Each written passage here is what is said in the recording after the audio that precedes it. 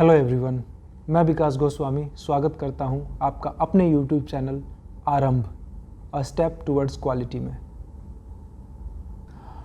तो आज हम कंटिन्यू करेंगे चैप्टर टर्म्स एंड डेफिनेशंस और पहला शब्द हम लेंगे क्वालिटी एश्योरेंस। तो अगर डेफिनेशन के जरिए जाएं तो डेफिनेशन कहता है quality assurance is the part of quality management focused on providing confidence that quality requirements will be fulfilled। तो इसका मतलब ये है कि क्वालिटी एश्योरेंस के ज़रिए हम ये अश्योर करते हैं कि जो क्वालिटी की रिक्वायरमेंट्स है वो पूरी की जाएगी। जैसे डिफ़ाइन कर दिया गया कि कंट्रोल कितनी बार रन होंगे, इकास साल में कितनी बार आएंगे, कौन सी कंपनी का इकास है, अगर इकास आउटलायर जाता है या IQC आउटलायर जाता है तो हम RCA कैसे करेंगे, रूट कॉज एनालिसिस कैसे करेंगे, एक्सेट्रा। तो अब बात आती है कि अगर क्वालिटी एश्योरेंस का काम डॉक्यूमेंट बनाना है तो क्वालिटी कंट्रोल का काम क्या है। तो अब बात करते हैं क्वालिटी कंट्रोल की। अगर डेफिनेशन के ज़रिए जाएं तो quality control is the part of quality management that focused on quality requirement is being fulfilled. मतलब समझें तो क्वालिटी कंट्रोल में हम ये वेरीफाई करते हैं कि जो क्वालिटी की रिक्वायरमेंट्स है वो पूरी की जा रही हैं कि नहीं। जैसे कि हम क्वालिटी एश्योरेंस में हमने लिख दिया कि कंट्रोल दिन में कितनी बार रन करना है और आउटलायर्स आएंगे तो RCA कैसे करना है और कापा कैसे लेना है। और क्वालिटी कंट्रोल में हम ये चेक करते हैं कि कंट्रोल अपने डिफाइंड टाइम पे रन हुआ है कि नहीं, उसका RCA किया गया है कि नहीं और उसका कापा लिया गया है कि नहीं। तो बहुत ही सिंपल है, क्वालिटी एश्योरेंस में डिफाइन किया जाता है प्रोसेस एंड क्वालिटी कंट्रोल में वेरीफाई किया जाता है कि क्वालिटी रिक्वायरमेंट्स फुलफिल हो रही हैं।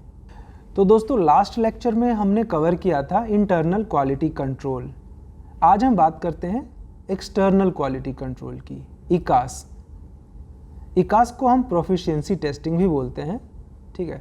तो आइए समझते हैं कि इकास होता क्या है। इकास का फुल फॉर्म होता है एक्सटर्नल क्वालिटी एश्योरेंस स्कीम।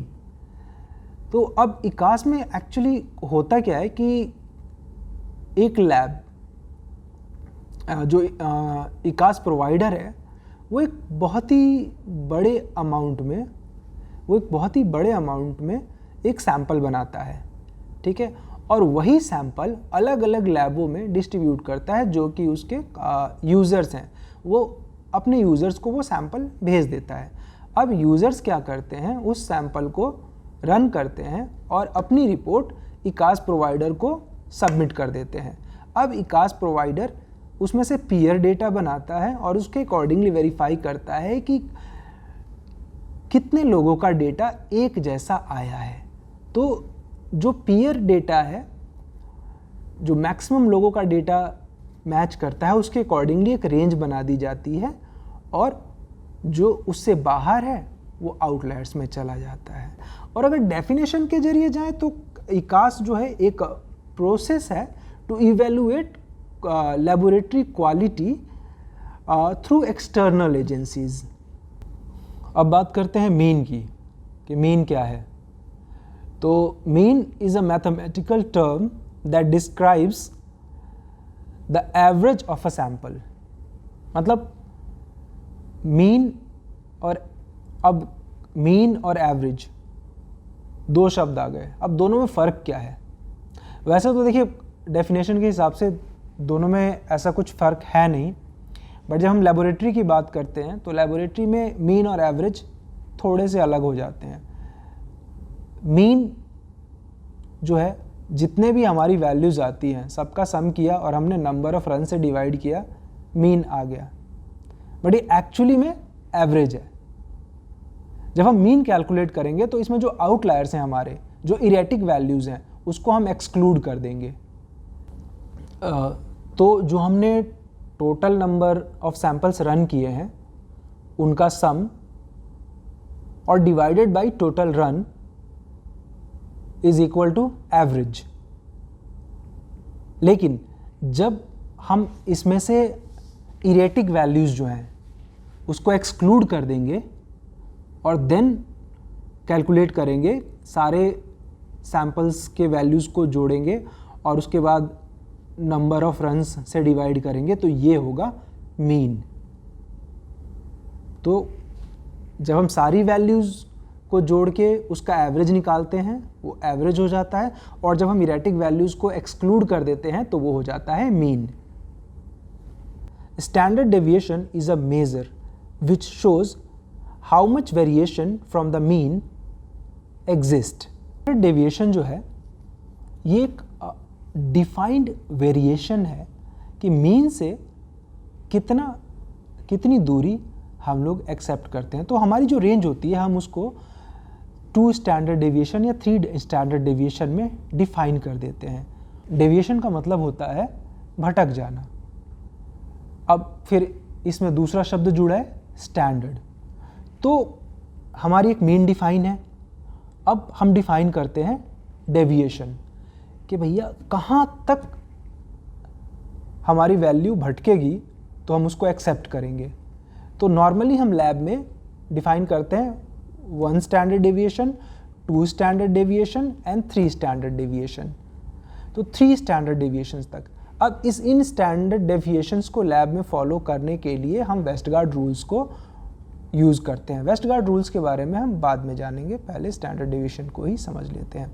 तो अब हमने देखा कि हमने मीन डिफाइन कर दिया, स्टैंडर्ड डेविएशन डिफाइन कर दिया। 1 स्टैंडर्ड डेविएशन, 2 स्टैंडर्ड डेविएशन और 3 स्टैंडर्ड डेविएशन। मतलब जो भी हमारी स्टडीज़ होती हैं उसका 68% अप्रॉक्स 68% जो है वो रहना चाहिए प्लस माइनस 1 स्टैंडर्ड डेविएशन के अंदर, और जो 95% है वो रहना चाहिए 2 स्टैंडर्ड डेविएशन के अंदर, एंड 99.7% फॉल करना चाहिए 3 स्टैंडर्ड डेविएशन के अंदर। अब बात करते हैं CV की। CV coefficient of variation. तो coefficient of variation is the ratio of standard deviation to the mean and it is expressed as percentage। जो coefficient of variation होता है ये standard deviation और mean का ratio होता है। standard deviation हम एक वैल्यू के लिए कंट्रोल करते हैं, और जब हमारे पास मल्टीपल डेटा आ जाता है तो उसको समझने के लिए हम CV का उपयोग करते हैं। इसके बारे में हम और विस्तार में बात करेंगे जब हम लेवी-जेनिंग्स चार्ट के बारे में पढ़ेंगे। तो आज के लिए इतना ही। तो दोस्तों, आरंभ के इस चैनल में जुड़ने के लिए आप सभी का बहुत बहुत धन्यवाद। मिलते हैं अगले सेशन में कुछ नए शब्दों के साथ। Thank you very much and keep learning.